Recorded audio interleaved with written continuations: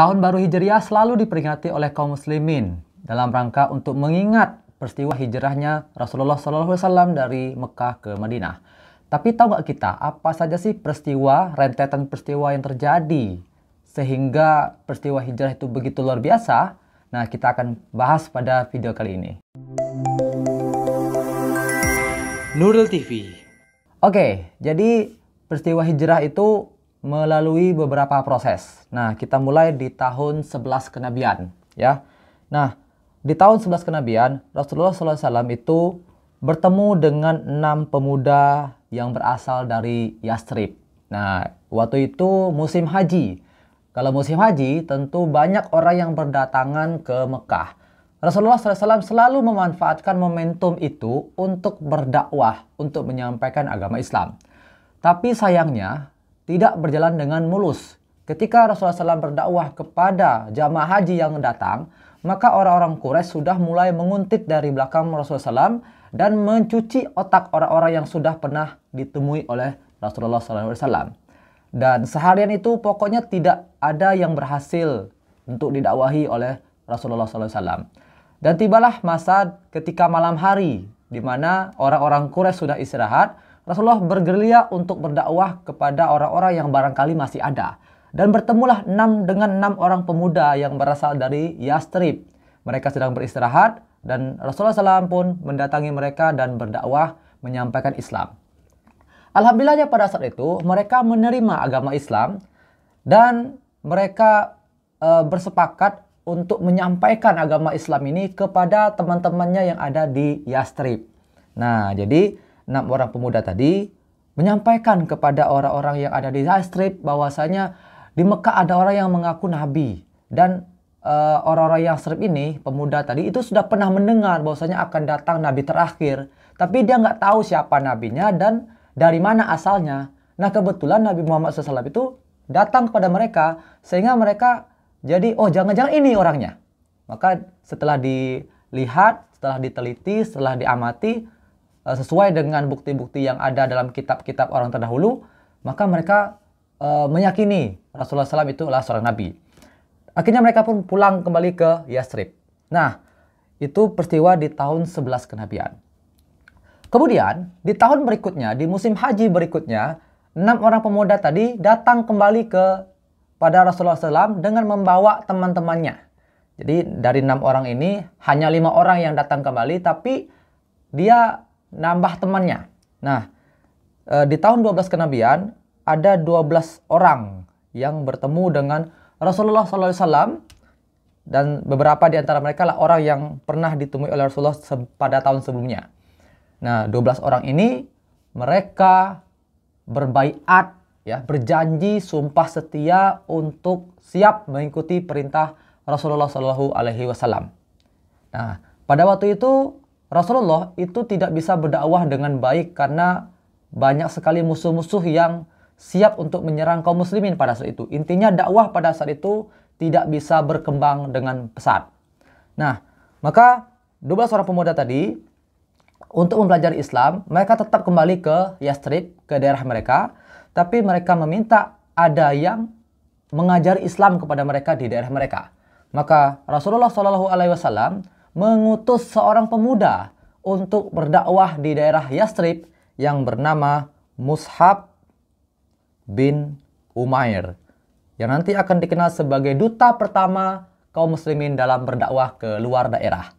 Nah, maka Mus'ab bin Umair pun ikutlah bersama 12 orang pemuda, 12 orang ini tadi yang sudah berjanji, berbaiat, bersumpah setia untuk mengikuti Rasulullah SAW, untuk mengikuti beberapa perintah Islam.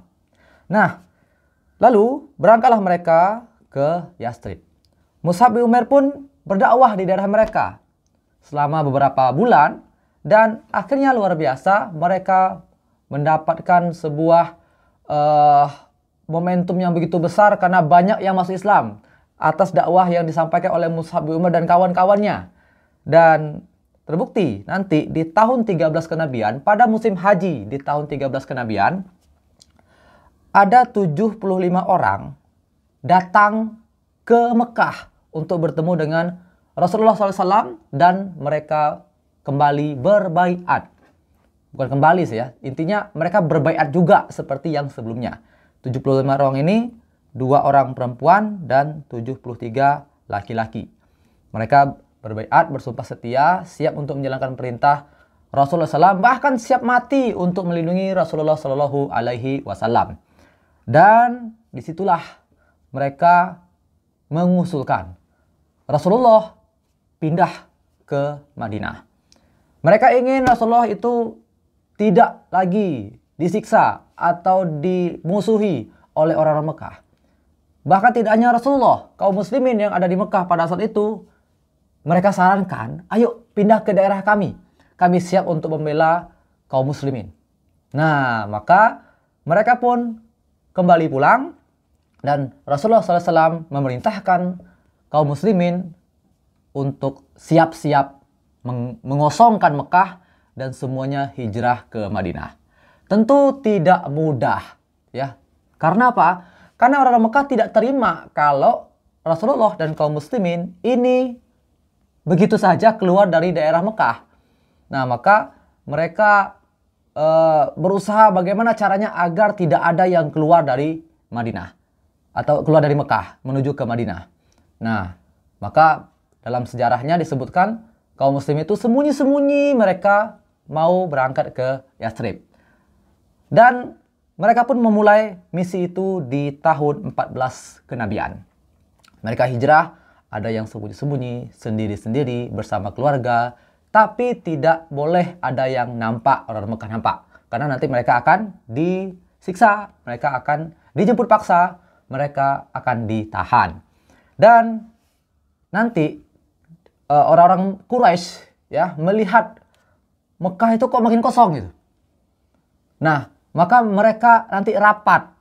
Orang-orang Mekah itu nanti rapat untuk membuat sebuah kesepakatan apa yang harus dilakukan dengan hal ini. Mereka pun sepakat untuk membunuh Nabi Muhammad Shallallahu Alaihi Wasallam. Maka berkumpullah mereka pada malam hari untuk menyergap rumah Rasulullah Shallallahu Alaihi Wasallam. Pada waktu itu Rasulullah belum berhijrah. Dan juga Abu Bakar As-Siddiq juga belum berhijrah. Sementara sahabat yang lain sudah banyak yang berhijrah. Nah, disitulah Allah Subhanahu Wa Taala menunjukkan kemahakuasaannya. Ketika orang-orang Quraisy tadi siap mau membunuh Rasulullah SAW, ternyata ketika membuka pintu rumah Rasulullah SAW, ketika dibuka selimut, ternyata bukan Rasulullah di situ. Ternyata ada Ali bin Abi Thalib.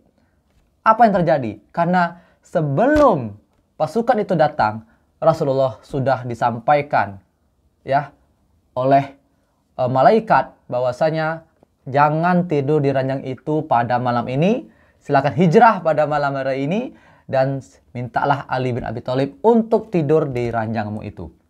Maka Ali bin Abi Thalib melaksanakan perintah itu, sementara Rasulullah SAW bersama Abu Bakar As-Siddiq pergi berhijrah ke Gua Sur dulu.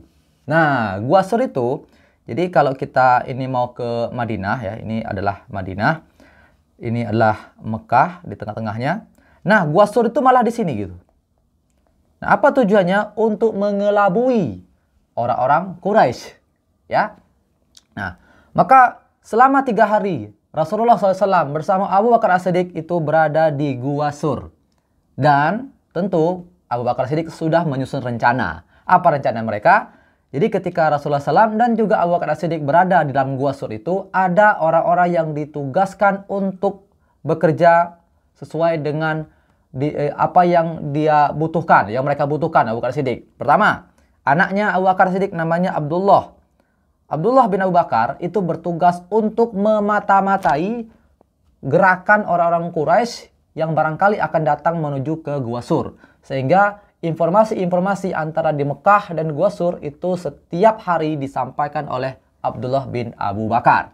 Kemudian ada juga yang diperintahkan untuk mengembala domba di dekat Gua Sur yang bernama Amir bin Fuhairah. Dia adalah pembantu Abu Bakar As-Siddiq. Maka dia diperintahkan untuk mengembala domba di dekat Gua Sur itu. Ya, jadi nanti minuman ya, susu domba itu bisa diserahkan kepada Rasulullah yang ada di dalam gua, dan juga untuk menghapuskan jejak langkah Abdullah bin Abu Bakar yang setiap hari menyampaikan informasi dari Mekah ke Gua Sur, dan juga mungkin jejak kaki Abu Bakar As-Siddiq dan juga Rasulullah SAW itu dihapuskan oleh Amir bin Fuhairah dengan domba-domba yang dia bawa. Bahkan sempat loh kejadian orang-orang Quraisy itu udah nyampe di Gua Sur, tapi sayangnya mereka tidak melihat Rasulullah SAW dan juga Abu Bakar As-Siddiq yang ada di dalam Gua Sur itu. Padahal dalam sejarah itu disebutkan kalaulah mereka itu duduk saja, mereka akan bertemu, melihat wajah Abu Bakar As-Siddiq dan Nabi Muhammad SAW. Ya, itu Amir bin Fuhairah mengatakan. Dan satu lagi yaitu Asma binti Abi Bakar yang merupakan pemasok makanan. Jadi Asma lah yang nanti membawa makanan dan dalam kondisi sedang hamil pada waktu itu. Ya, dia Asma ini istri dari Zubair bin Awam. Ya, Zubair bin Awam yang juga termasuk 10 sahabat yang dijamin masuk surga, dan dia sedang mengandung anak dari Zubair bin Awam yang namanya Abdullah bin Zubair. Nah, ini yang terjadi pada saat itu. Dan setelah 3 hari berada di Gua Sur, barulah Rasulullah SAW berangkat ke Yastrib dengan aman. Ya, meskipun nanti ada orang yang sempat bertemu dengan Rasulullah SAW, itu Surakah bin Malik, tapi Rasulullah berhasil lolos. Dan tibalah di Yastrib, yaitu tepatnya di Kuba, pada waktu itu bulan Rabiul Awal, dan tepat tanggal 12 Rabiul Awal tahun 14 kenabian, Rasulullah sampai di Kuba dan nanti mendirikan masjid yang namanya Masjid Kuba. Itulah masjid pertama yang didirikan oleh Rasulullah SAW dalam kondisi yang merdeka.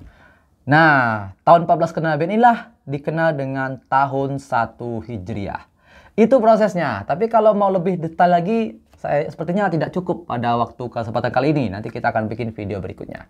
Nah, jadi sudah tahu ya kenapa hijrah itu begitu penting. Karena apa? Ketika kaum muslimin dan Rasulullah SAW sudah hijrah ke Madinah semuanya, maka disitulah mereka berhasil mengembangkan agama Islam sehingga bisa mendirikan negara Islam, bisa mendirikan berbagai masjid, ya, kemudian pasar dibangun, kemudian undang-undang yang berlaku di situ, dan bahkan Rasulullah tidak hanya sebagai nabi tapi juga sebagai pemimpin daerah Madinah. Dan Yastrib berubah nama menjadi Madinah. Disitulah momennya.